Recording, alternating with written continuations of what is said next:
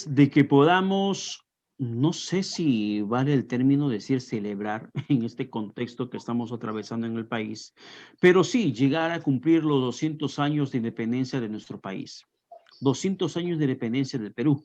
200 años luego de haber finalmente vencido al yugo español y que lamentablemente, al parecer, no hemos evolucionado mucho dentro del contexto social en el Perú, porque pareciera ser que aunque no seamos colonia, no seamos esclavizados por extranjeros, somos esclavizados entre propios peruanos con contextos legales que constantemente estamos hablando.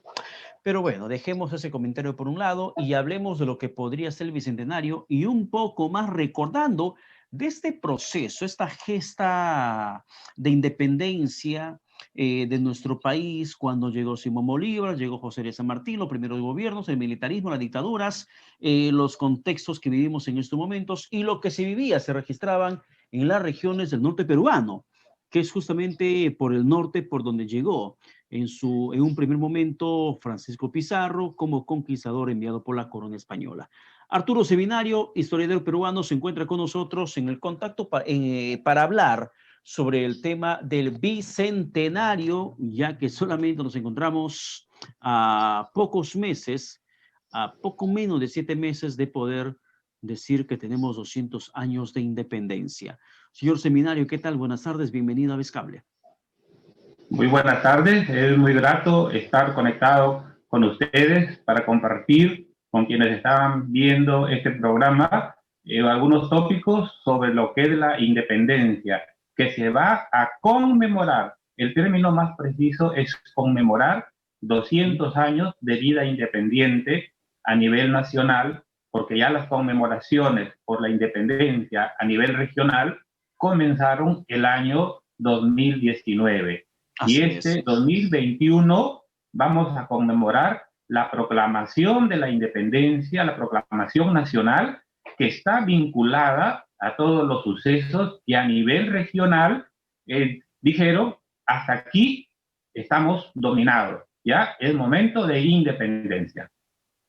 La independencia se dio cuando se levantó un grito contra la esclavitud, contra el dominio de la corona española en el país. Llegaron ejércitos de otras partes del continente en este proceso libertador hasta que podamos conocer que el 28 de julio de 1821 finalmente se termina esta ya consagrando. Pero ¿cuánto ha aprendido el Perú a lo largo de su historia tras la independencia? ¿Realmente, históricamente, hemos sido independientes? Bueno, cuando San Martín proclamó la independencia nacional el 28 de julio de 1821, estampó una frase que es una actitud de respeto. Él dice, el Perú es libre e independiente por la voluntad general de los pueblos. No dijo, yo, José de San Martín, declaro que este país es libre e independiente, sino que consagró ese reconocimiento a los pueblos que habían proclamado la independencia previamente. Por eso es que, habiéndolo ya hecho más de 100 pueblos al 28 de julio, San Martín hace este reconocimiento. Pero ya como lo acaba de mencionar, la conquista hispana se inició por la zona norte. Tenemos que recordar que desde el comienzo, desde 1532, año de la conquista, hay un rechazo a la conquista en tierras piuranas y en todo el país, y así en todo el Tahuantinsuyo. El Perú, fue el único país que no estuvo quieto, que no aceptó totalmente la dominación española, e indudablemente en la segunda mitad del siglo XVIII esto se multiplicó con la rebelión de Juan Santos Atahualpa y con la gran rebelión de Túpac Amaru, que junto con los precursores ideólogos anunciaron que este camino era indetenible y que la libertad y la independencia de la patria se iba a conseguir en cualquier momento. Pero hemos aprendido la lección, somos dignos herederos de esos hombres y mujeres que en la gesta libertaria desde Túpac Amaru hasta Ayacucho en 1824 ofrendaron la vida movidos por ese ideal de romanticismo que inspiró sus comportamientos. Creo que la lección ha sido bastante grande. El camino recorrido ha estado lleno de luces y de sombras. Hemos aprendido una gran lección. Los hombres de la emancipación, los hombres y mujeres de la independencia apuntaron por un mundo de igualdad. Por eso es que en las primeras elecciones, antes de instalarse un Congreso Constituyente después del primero de 1822 y 23, se había admitido que votaran los indígenas y los analfabetos. Y es la República que empieza la que le quita el derecho al voto a los indígenas y a los analfabetos. Un desencuentro. Empezamos el camino de la independencia con un desencuentro por esa utopía que había inspirado el comportamiento de los hombres de la independencia. Ese desencuentro que tampoco nos enfrenta con la propuesta sanmartiniana, que era más realista, hablando de lo real, en este sentido, por la propuesta del sistema de monarquía independiente, monarquía constitucional independiente. O sea, dos desencuentros: eliminar, negarle esas posibilidades de igualdad a esa gran masa de peruanos, y luego descartar la posición de un hombre que en base a la experiencia hacía una propuesta que nos habría evitado lo que acaba de mencionar, el caudillismo y toda esta guerra interna que por 50 años enfrentó a los peruanos contra peruanos, dando gobiernos solo militares entre 1821 y 1871 hasta la creación del Partido Civil. Una lección que, como dije, tiene luces y tiene sombras. Pero esa lección, los que vivimos en el siglo XXI y que estamos transitando ya por el año del centenario, al parecer no acabamos de aprender.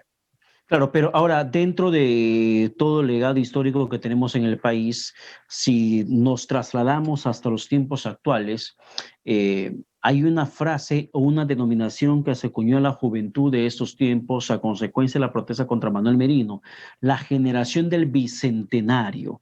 Sin embargo, históricamente también existió la generación del centenario, donde estaba Mariátegui y otros pensadores ilustres de esos tiempos. ¿En qué se diferencia? ¿Cuáles son esas diferencias que usted puede encontrar entre la generación del centenario de Mariátegui y otros y la generación del bicentenario, que no tiene un nombre propio o un rostro propio que se le podría decir esos son los líderes de esos momentos? ¿Cuál es la diferencia? Es justamente lo que acaba de mencionar, que esa generación del centenario está llena de un conjunto de líderes cuyo protagonismo está asociado a los principales problemas de la nación. En ese momento, el problema del indio era tremendo, pero ahí esta generación del centenario empieza a reflexionar y a motivar a los gobiernos de turno para que pensaran que el indio era parte de esa fuerza social que demandaba la República para salir del estancamiento en el que se encontraba. Por eso es que ahí vemos a Aya de la Torre, a José Carlos Mariátegui, a Villarán, bueno, y a todos los pensadores de esa generación, Muriel García, Balcarce, y todos los que apostaron por el Perú, ¿no? Proponiendo cambios con los mensajes que hay en la literatura, en la pintura, en la política. Es como cuando hablamos de la sociedad amante del país antes de la independencia, que tienen un propósito definido, claro.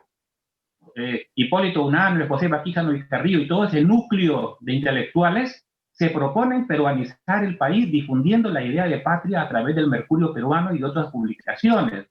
Hay un tema definido, que también lo tuvo la generación del centenario.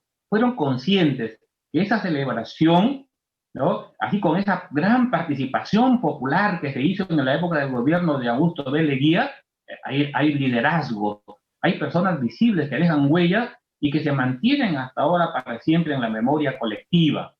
El sesquicentenario tuvo otras características, no fue con grandes obras como las del centenario, pero sí con obras de investigación monumentales como esta colección del sesquicentenario que se publica ¿no? Recogiendo los testimonios de todo el país y en todos los campos en el momento de la Claro, independencia. lo que yo entiendo que usted bien menciona Hipólito Unanue con el Mercurio peruano, aunque fue un diario que tuvo una breve circulación, no duró 10 años, fueron solamente unos 3 años más o menos dentro del mercado, pero era aprovechado para que justamente se pueda poner en manifiesto ese sentimiento de independencia que se necesitaba en el país, porque esas publicaciones salieron antes de 1821. Pero posteriormente la generación del centenario, una corriente de ideas, de propuestas del proletariado, se crea la CGTP, posteriormente aparece esta revista La Mauta, un emblema a nivel internacional, pero estamos hablando de una generación de bicentenario.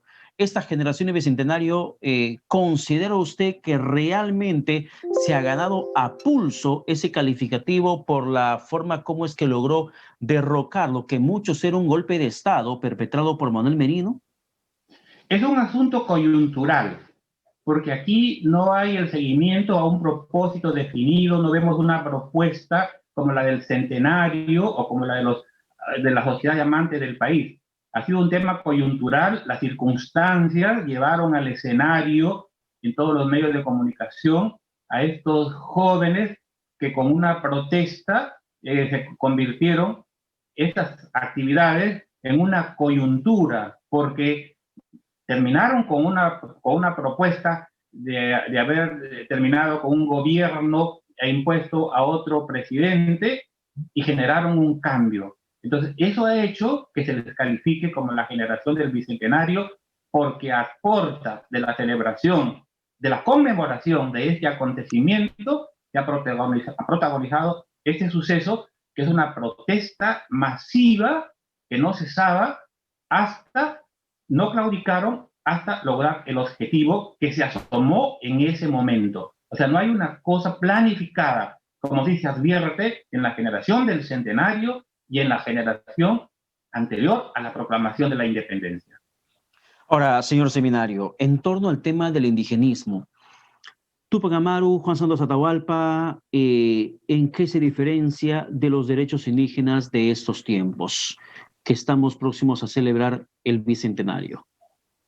Bueno, los indígenas de este momento ya tienen un reconocimiento, ya las condiciones de vida, el acceso a lo que ofrece la sociedad para garantizar la vida, el desarrollo, ya no es como en la época de Tupac Amaru, cuando había una marginación extrema, una privación de todo aquello que ofrecía una vida digna de ser llamada humana. Había explotación, una, digamos, cobro de impuestos extorsionadores por los malos funcionarios de la corona española que, burlando las medidas de protección al indígena, exageraban para su beneficio estos cobros. Con Mariátegui este problema continuaba, porque cuando Mariátegui hace un juicio en la época de Mariátegui sobre el comportamiento de los hombres de la República que le habían quitado derechos a los indígenas y a los analfabetos, Mariátegui se pregunta, ¿quién es más culpable de esta situación? ¿El virreinato o la República? Y él, que era tan drástico contra el virreinato, en este caso se respondió, es la República, porque lejos de continuar el propósito de los hombres de la independencia, lo terminaron anulando. Y en este momento, 100 años después de Mariátegui, 100 años después de los 7 ensayos y de las obras de la realidad peruana de Víctor Andrés Belaúnde, vemos que el problema del indio ya no es el mismo. El mestizaje ha crecido, la población indígena pura ya no es en un porcentaje alto como en estos tiempos, ni el Perú es un país rural mayoritariamente tampoco, es un país más urbano, es una sociedad que tampoco es totalmente postmoderna, pero tampoco es una sociedad tradicional. Y ya tampoco es una sociedad transicional, porque un gran porcentaje, aún con estos desniveles socioeconómicos, hemos incursionado a la mayoría en todo lo que ofrece la sociedad, con toda la desigualdad que aún persiste, pero las condiciones, el entorno social difiere mucho de hace 100 años y de hace 200. Ahora, yo le pregunto para terminar, señor Seminario, personalmente, ¿usted esperaba llegar a este contexto de conmemoración del Bicentenario bajo estas condiciones políticas económicas, sacando del contexto la pandemia, que es una situación que finalmente se escapa de cualquier mano a nivel mundial. Pero en torno a la situación económica, política, social que atravesamos en el país en los últimos casi ya 5 años de gobierno desde que entró Pedro Pablo Kuczynski, lo sucedió Martín Vizcarra, lo sucedió a Manuel Merino y ahora estamos con Francisco Sagasti, 4 presidentes, cosa que particularmente casi no se ha visto. Pero, ¿qué opinión tienes sobre la forma como vamos a entrar a estos 200 años? Efectivamente, mientras nos aproximábamos al bicentenario, desde que entramos al siglo XXI, estaba pensando en el bicentenario y me preguntaba en qué condiciones llegaremos al 2021. Jamás me imaginé que esta situación se iba a presentar en los últimos 5 años. Nunca hay cosas que no se pueden predecir. Hay situaciones atípicas que ocurren antes de lo que se espera. Y esto que ha venido ocurriendo desde el último gobierno en el que los peruanos depositaron mayoritariamente su voluntad por el señor Kuczynski, ha tenido una serie de quiebres, de resquebrajamientos, indudablemente que nadie los esperaba. Yo creo que esta experiencia para los que hemos sobrevivido a la pandemia y que estamos ya en el año del bicentenario, nos llevará a reflexionar. Y próximos como estamos a un proceso electoral o a un proceso electorario donde hay que endosar la voluntad, delegar en democracia representativa el poder a quienes nos van a representar, lo haremos a partir de esta experiencia. Votaremos con mayor responsabilidad, con un voto consciente, un voto estudiado, analizado, para no endosar poder a quien puede generar situaciones como las precedentes. Bien, señor Arturo Seminario, muchas gracias por la comunicación en este domingo. Gracias a ustedes por esta oportunidad. Bien, que tenga buen domingo y feliz año. Muchas gracias una vez más. Vamos a la pausa y hemos escuchado la opinión, la voz de un historiador como Arturo Seminario.